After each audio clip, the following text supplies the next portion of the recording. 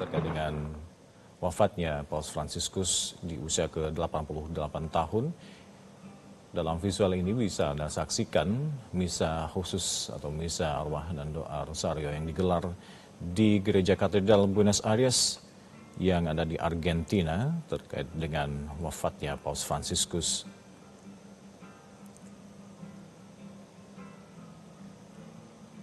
Dan wafatnya Paus Fransiskus ini tidak hanya menjadi duka mendalam bagi warga Katolik yang ada di Argentina, tempat berasal dari Paus Fransiskus ini, namun juga duka mendalam bagi seluruh umat Katolik yang ada di dunia dan juga lintas agama.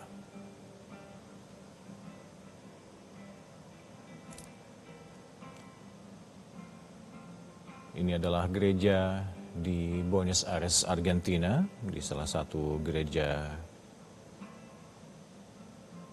di sana tampak dipadati oleh umat yang ingin mengikuti misa arwah bagi Paus Fransiskus yang telah wafat di usia ke-88 tahun ini. Sebelumnya kita ketahui sejak Februari lalu Paus Fransiskus sempat dirawat di rumah sakit di Gemelli, dan kita ketahui Paus Fransiskus adalah paus yang berasal dari Amerika Latin pertama dalam sejarah kepausan yang ada di dunia ini.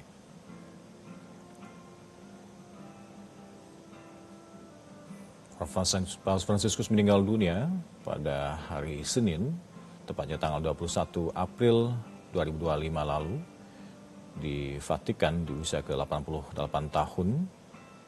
Beliau meninggal dunia setelah disebut oleh para dokter berjuang melawan pneumonia ganda. Dan sebelumnya Paus Fransiskus juga sempat dirawat di rumah sakit Gemelli sejak 14 Februari 2025 lalu.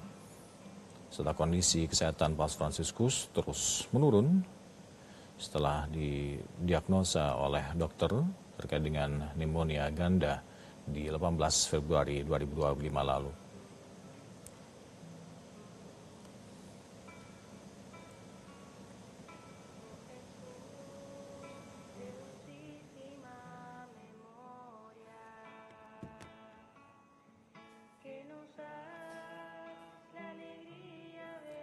Baik pemirsa, kita sudah terhubung dengan Romo Fajar Tejo Soekarno yang kita hubungi melalui sambungan telepon. Selamat pagi Romo. Halo. Halo, selamat pagi. Selamat pagi, Romo. Dengar suara saya Pak? Iya, dengar Pak Fajar. Romo Fajar, terima kasih sudah bergabung sama kami di Breaking News Metro TV. Di sebelah saya juga ada Pak Albertus Magnus Putut Prabantoro. Terkait dengan meninggalnya Paus Fransiskus sebagai orang yang pernah mengenakan udeng kepada beliau, dan ini menjadi momentum bersejarah juga. Bagaimana Anda melihat sosok Paus Fransiskus ini? Sungguh bagi saya itu kalau melihat yang namanya Allah yang tampak di dunia ini ya beliau problemnya. Nah, dengan segala kerendahan hatinya, dengan segala hal, ketika saya mengatakan ada hal yang menarik begini. Begitu satu memakaikan udeng itu enggak merasa apa-apa. Tetapi setelahnya itu saya bisa menangis. Padahal orang model saya itu kan orang yang tidak gimana itu, jauh. Dan sungguh begitu saya mendengar berita ini sangat jelas. Wajah Allah yang tampak dengan belas kasihan memanusiakan manusia secara manusiawi, ya beliau.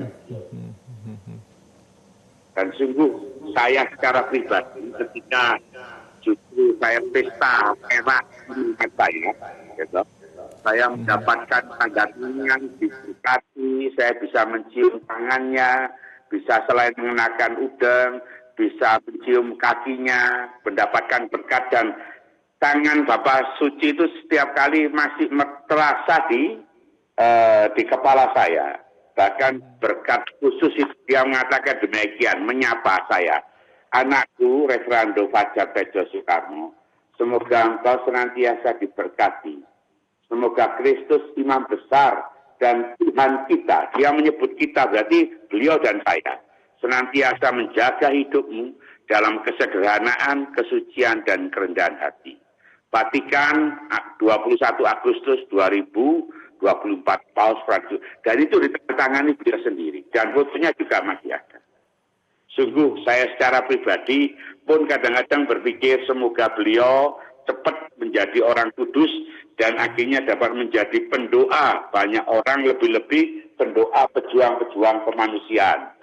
Apalagi kami berharap beliau pun menaungi kami yang bergerak dalam dokumen Abu Dhabi, yaitu dokumen kemanusiaan, di mana dokumen itu tidak bicara soal akidah, tapi melulu kemanusiaan, cara-cara memanusiakan manusia secara manusiawi.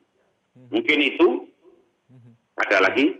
Iya, Romo Fajar, terkait dengan beberapa momentum bersejarah yang dilakukan oleh Paus Fransiskus ini, tadi Anda sempat nukil sejenak beliau dengan Imam Besar Al-Azhar, Syekh Ahmad Al-Tayeb, ada semacam kesepakatan di situ, dan yang diutarakan oleh tokoh agama keduanya adalah bukanlah hal-hal yang lain, tapi hal yang sangat fundamental, yakni terkait simbol yang penting dari dialog antar agama dan juga upaya perdamaian di dunia. Bagaimana Anda melihatnya ini? Jadi poin dokumen Abu Dhabi ini adalah dokumen kemanusiaan. Dia tidak, padahal dia dua tokoh agama besar. Beliau tidak membahas yang namanya soal akidah, kamu begini, tidak. Jadi seluruh keprihatinan, duka dan juga betapa kemanusiaan senantiasa beliau perjuangkan. Nah, dari situlah terjadi mesin sebagai simbol dan akhirnya dikembangkan kemana-mana sampai dimunculkan yang namanya dokumen Fratelli Tutti. Harus memandang manusia sebagai saudara. Karena itu kuncinya ketika istilahnya jembatan-jembatan seringkali yang sudah dibangun itu mengalami kerontokan dan kerapuan, harus dijaga. Karena kalau tidak hati-hati, orang itu pandai bisa membuat jembatan. Tetapi memelihara jembatan itu, memupuknya itu tidak bisa. Dan Paus Fransiskus sungguh sangat konsisten.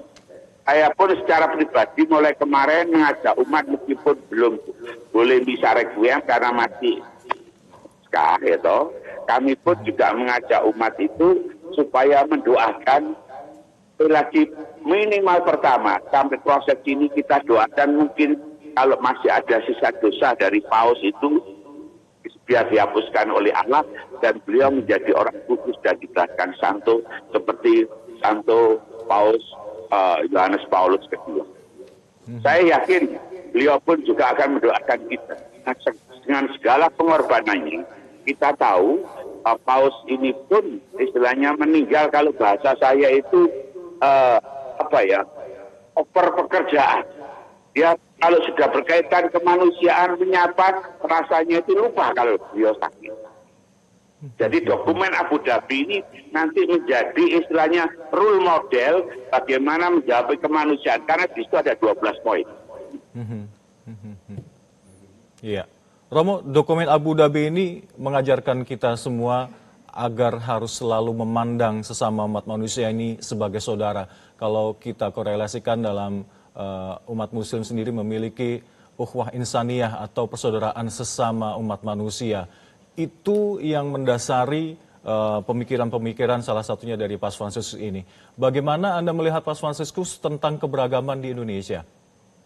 Nah, itulah dari semua kunjungan, Paus itu berulang kali mengutip Indonesia.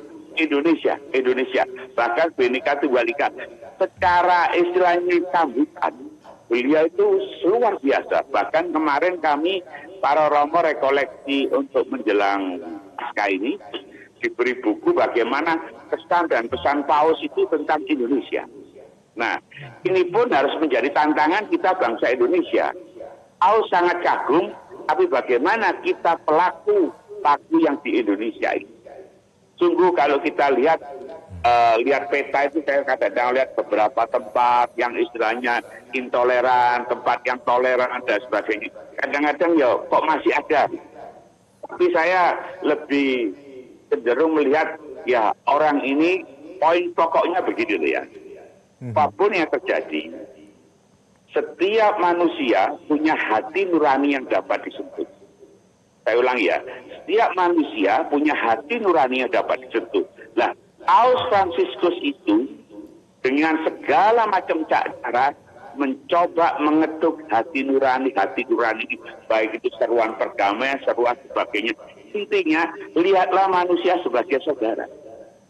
Karena dia sebagai musuh, meskipun berbeda. Dan itu Paus melihat di Indonesia ini, kalau kita lihat secara gampang-gampangan aja kan, peta konflik itu kan banyak. Agama beda, suku beda, bahasa beda, kan udah pulau juga beda. Tapi hebatnya, Paus berulang kali mengatakan Bhinneka Tunggal Ika, berbeda-beda tapi satu. Iya. Terkait dengan kunjungan ke Indonesia sendiri pada 2024 lalu, bagaimana Romo Fajar memaknainya? Itu juga istilahnya contoh bagi tidak hanya orang Katolik, termasuk contoh bagi kita bangsa Indonesia ya. Artinya beliau itu kan pemimpin negara ya. Nah, pemimpin negara hadir dengan yang namanya kesederhanaan. Itu pun bagi kami orang Katolik, saya pun sebagai pastor itu malunya tuh, kalau saya pimpinannya seperti itu, kalau saya seperti itu. Nah, itu juga tantangan untuk mungkin bangsa kita, pemimpin kita dan sebagainya. Loh, kalau yang namanya kamu sudah berpikir, jadi di Katolik itu begini ya, ada satu prinsip, siapa yang ingin besar harus menjadi pelayan. Siapa yang ingin terdahulu harus menjadi terakhir. Nah, Paus itu menerapkan itu. Jadi meskipun dia itu jabatannya tinggi, tahu, bahkan kita tahu Paus kadang-kadang juga mencuci kaki orang di penjara, yang juga notabene kadang-kadang perempuan muslim, yang ya itu contoh. Jadi istilahnya gereja konkret itu. Jadi tidak hanya sekedar yang namanya ritus yang ada di altar, tetapi dipraktekkan di pasar. Nah, disitulah terjadi yang namanya kalau kami merayakan misa, Ekaristi sebagai sumber dan puncak, sumbernya dari misa, puncaknya itu diambilkan juga dari kegiatan-kegiatan kemanusiaan. Dan saya yakin banyak hal, kalau boleh cerita, tidak bisa dijangkau oleh Paus. Lah kita pun diharapkan yang sekarang ini merasa prihatin, yang sekarang ini melihat, Paus itu seperti itu, jangan hanya berhenti pada Paus. Marilah kita menjadi perpanjangan tangan Paus dimanapun kita berada. Intinya satu, pandanglah manusia sebagai saudara. Saudara itu satu udara, kita pun juga sama dalam dunia ini. Begitu. Baik, pandanglah manusia sebagai saudara. Romo, terkait dengan kunjungan apostolik, yakni lawatan resmi yang dilakukan oleh Paus sebagai pemimpin tertinggi gereja Katolik ke berbagai komunitas Katolik tentunya yang ada di dunia, namun justru agendanya lebih banyak dari Paus ini untuk menyebarkan pesan-pesan perdamaian dan juga toleransi. Seperti apa komentar Anda? Nah, itulah misi Paus. Jadi istilahnya kalau kunjungannya sebenarnya itu kalau boleh dikatakan kan kunjungan kenegaraan, kunjungan apapun. Sebenarnya beliau itu adalah kalau bahasa saya, ya beliau itu iklan kemanusiaan berjalan. Karena posisinya tidak sekedar hanya diteorikan dalam dokumen Abu Dhabi dan yang namanya dokumen Frater Tutti, tapi juga dipraktekkan begini caranya. Banyak hal Paus sangat tersentuh dengan yang namanya mereka-mereka yang berkebutuhan khusus, mereka ini dia sangat kuat. Bahkan kemarin itu ketika kami ke Vatikan ada deklarasi Vatikan, gitu, di mana teman-teman lintas agama itu juga datang tokoh-tokoh pemuda baik dari Ansor, dari Muhammadiyah, dari Konghucu, dari Hindu, dari Kristen, dari Katolik. Itu pun mereka dipesan. Kamu datang ke sini, bahasa saya kalau saya menafsirkan, jangan hanya ketemu saya saja. Tapi yang penting praktekkan. Dan kemarin saya sangat senang ketika Komisi Hak Keuskupan, Komisi Hak KWI justru mewadahi mereka dan mengapresiasi mereka, dan itulah menjadi kunci bahwa gereja pun juga mengakui, karena misi mereka juga banyak itu bisa tersertat. Mungkin nanti kalau Metro TV ada kesempatan kita wawancara Gus Hadim sebagai ketua Ansor, itu bisa juga. Jadi kunci yang penting itu Paus itu sudah meletakkan banyak hal. Memang tak mungkin kalau beliau keliling ke seluruh dunia. Harapannya meskipun duka cita yang kami terima hari ini yang dialami oleh gereja Katolik, tetapi kami juga bersuka cita karena Paus ini sudah banyak menebar benih-benih kemanusiaan. Bukan hanya toleransi tapi kemanusiaan. Itu. Ya, Romo, duka mendalam dirasakan oleh seluruh umat Katolik yang ada di dunia. Namun khususnya di Indonesia, sahabat-sahabat saya juga tidak hanya umat Kristen atau Katolik, tapi juga sahabat-sahabat Muslim juga merasakan hal yang serupa. Anda juga sendiri terkenal dengan tokoh lintas agama yang begitu menggaungkan perdamaian antar lintas agama. Di Malang, Jawa Timur sendiri seperti apa umat di sana? Ya, kebetulan di Malang sekarang saya dulu kan dari Banyuwangi 23 tahun, sekarang 2 tahun di sini. Kebetulan pastor paroki saya itu ketua pengurus FKAP, pengurus FKU juga. Jadi baik pemerintah maupun grassroots. Nah kemarin saya juga bergerak, saya justru mengambil grassroots. Artinya saya itu juga mengurusi anak-anak jalanan. Mungkin panjenengan kenal dengan yang namanya Ayat Teja. Ya, saya bekerja sama dengan sana Ngopeni itu. Poin pokoknya itu satu, di mana ada manusia yang perlu dimanusiakan secara manusiawi, hati nurani kita harus tergerak. Karena kalau sudah bicara humanity, itu semuanya sudah tidak pandang agama, tidak pandang apapun, sudah dijalankan. Nah, ini yang sebenarnya menjadi titik kesadaran termasuk kita. Termasuk di Malang ini supaya saya melihat banyak hal. Mereka tidak melihat kok ketika meskipun saya pakai jubah, saya keliling jalan ke anak-anak jalanan, mereka itu panggil saya itu Ayah Romo. Dan melihat sederhana mereka salamat, bahkan mereka pun yang maaf saya katakan katanya didiskriminasi, disiplinkan itu, mereka juga merangkul, enjoy saya, omong-omong seperti itu. Harusnya seperti itu. Dan itu pun yang dilakukan oleh Paus. Coba, dia tidak peduli dengan protokol-protokol. Pintu dibuka, kadang-kadang jalan, salaman, keluar, ya itu. Jadi humanity, kemanusiaan itu tidak dibatasi oleh protokol, oleh ritus, oleh apapun. Dan itulah cara menemukan Allah wujud, Allah tampak itu begitu. Baik. Jadi Allah itu kalau boleh dikatakan menyamarkan dalam diri orang-orang yang terpinggirkan, difabel, orang-orang yang kecil, yaitu.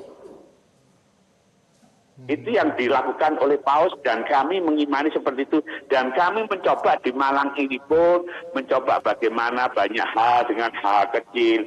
Apalagi yang dilakukan oleh Paus, Laudato Si, Laudato Deum. Ya dengan yang namanya menanam, membersihkan sungai, membersihkan apapun. Ya seperti itu. Yang jelas kita tidak bisa merangkum semuanya meskipun ide banyak. Paus pun juga tidak bisa semuanya. Tetapi Paus membutuhkan banyak orang-orang yang bersimpati, yang mau. Lakukanlah di lokal dimanapun Anda berada. Jadi singkatnya ini bagaimana selain kita mengimani Allah, kita juga mengamini dan mengimani sesama serta alam. Itu kuncinya Paus. Itulah dokumen Abu Dhabi. Baik, baik. Terima kasih Romo Fajar Tejo Soekarno telah bergabung sama kami di Metro TV untuk terus menggaungkan semangat perdamaian dan cinta kasih sesama manusia dari Paus Fransiskus. Terima kasih telah bergabung sama kami, Romo, sehat selalu. Jelajahi cara baru mendapatkan informasi. Download Metro TV Extend sekarang.